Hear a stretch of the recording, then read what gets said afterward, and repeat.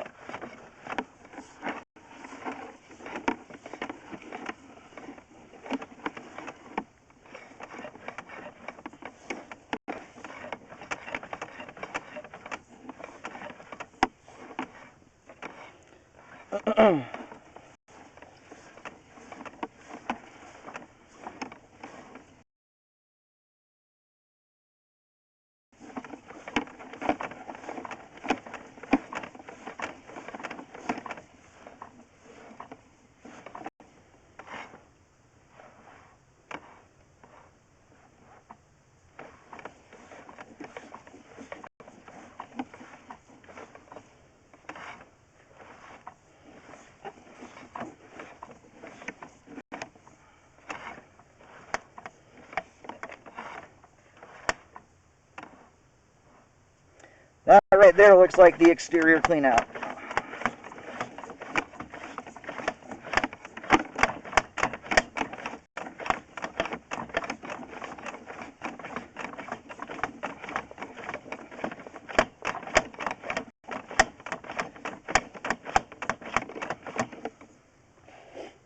And the amount of twists and turns, I was a little worried we were going to go through that. I may end up having to back the camera up to locate that cleanout and dig it up.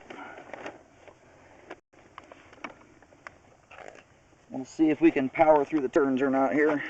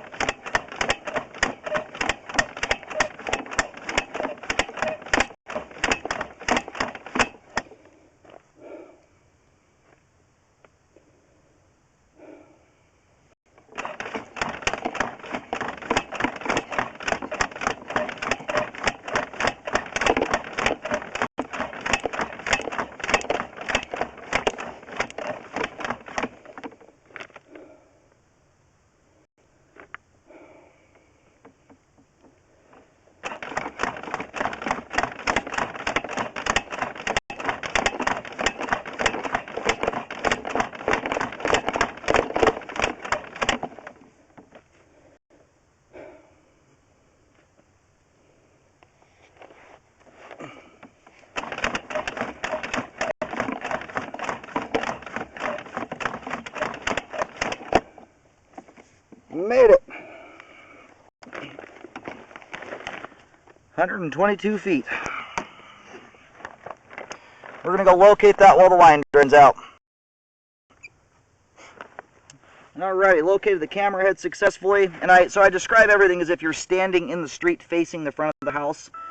The line looks like it exits out, and I'll try and get it located as I pull back in here.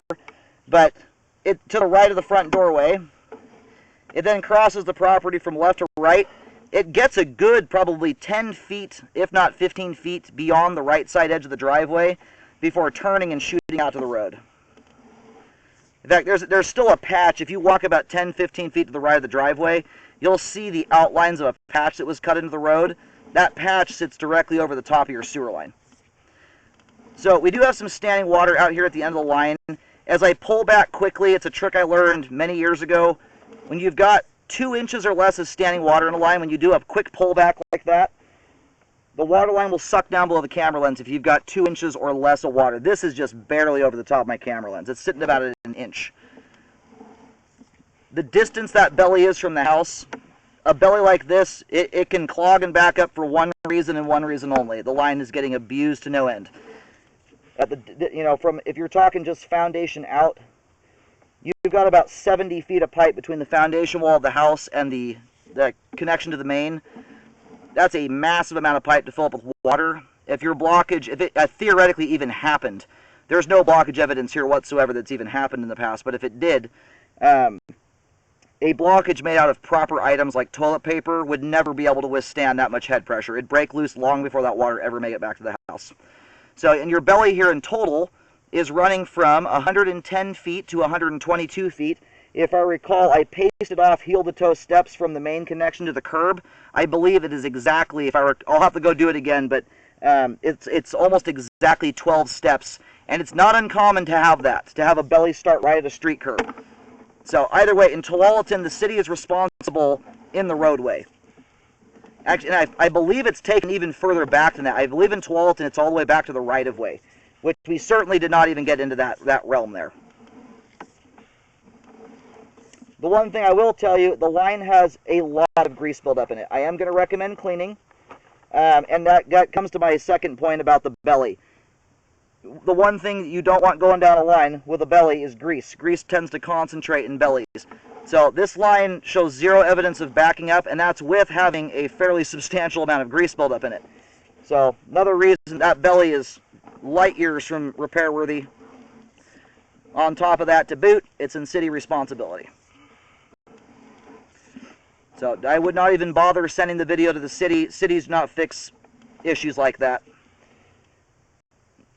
Nowadays, they tend to correct things that are, open to the ground, sucking dirt through them, stuff that's going to create a sinkhole and swallow a car, and or stuff that is causing recurring blockages all the time, like a myriad of root intrusions or something like that. So, but I am going to recommend cleaning. There's a fair amount of grease buildup in the line, and that can be mitigated entirely. It's just a habit you have to build into your life.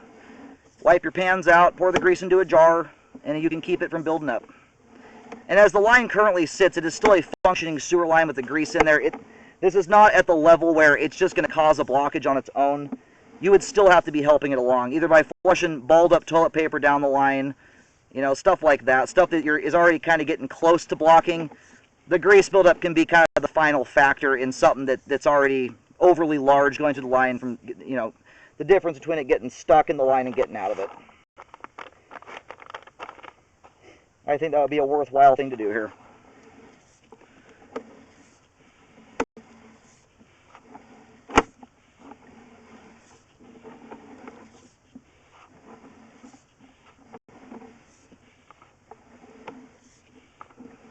And you could always start, what I tell a lot of people, I did drain cleaning for years, and what I found is after my camera goes through a line like this and carves a pathway through this stuff, it's not just purely grease. It's a combo of grease with toilet paper stuck to it. That toilet paper kind of absorbs the grease and gets impregnated. When you carve a pathway through it, a lot of the time when you come back a week later to clean it, 50% or more of the grease is sloughed off naturally on its own. Once you've given a pathway for the water to start working on the edges of the stuff, it'll start breaking free. Like all that stuff my camera's plowed through there, and pushed off the side, the water can now work on that and start floating it off. So it's not a bad idea to start with a secondary sewer scope at the time of cleaning to see if it's even necessary, because I've had some scenarios where just the camera going through and the natural use of the water inside the house deals with the overwhelming majority of it.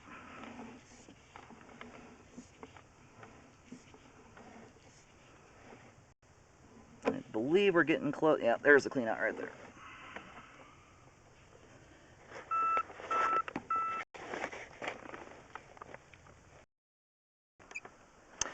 Alrighty, located the clean out. I didn't dig it up, but I did put a green paint marking down on the ground. It's a big green dot. It's fairly close to that other clean out that was found. That it's the storm system. It's about 2 feet out from the house, and probably within about 6 to 8 inches of the brick wall that lines the side of the driveway. And the line here looks like as it exits, it makes a bit of a turn, which is always makes it real fun to hunt down a clean out. Most of the time when the line goes through the foundation wall, it does it at 90 degrees, goes straight through it, and right on the other side of the foundation wall, immediately in line with that is the clean out access. In this case, the line goes out, and then it turns, and then you pick up the clean out. So it's not in that it's not too far off from where it exits the house, but it's a little bit trickier one to hunt down. So I put a big green paint dot down. And I also just went and measured that spot again there out at the street. It is on the money, exactly 12 feet from the curb to the main lateral. So that belly there starts right smack dab at the street curb and extends into the road. That's all in city territory there. Not that it's in need of repair anyway, but just in case when you go to sell the home, you get some goober out here freaking out about that belly. It's not one I'd recommend repairs on, whether it was city or homeowner responsibility anyway. It's too far from the home to pose any kind of high risk.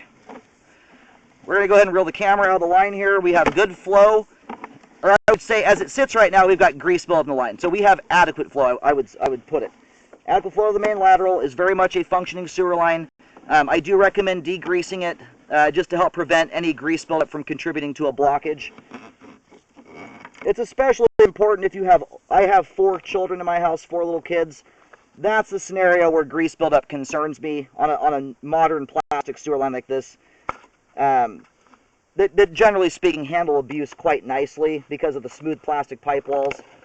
You know, 1 or 2 adults in here, unless you're just living like a heathen, that grease buildup would never cause a flow problem. It's when you've got high volume, lots of stuff going down the line, especially with little kids that are still learning how to fold their toilet paper. Anyway, all the pipe we scoped there is in good condition. Absolutely none of it is broken. It's in great shape, has good flow. It'll have even better or improved flow after cleaning. And if you go through the effort of cleaning the sewer line, I would recommend getting a rescope afterward just to show the work and was done properly. But nice looking sewer line there.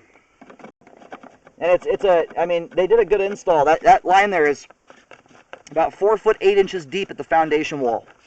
It's quite a deep sewer line coming out of the gate. That puts you behind when you're trying to grade a sewer line. The shallower they come out, the better. So the fact they graded this entire sewer line and only ended up with a 12-foot piece of pipe with an inch of water in it is really, that's still doing pretty darn good in my experience.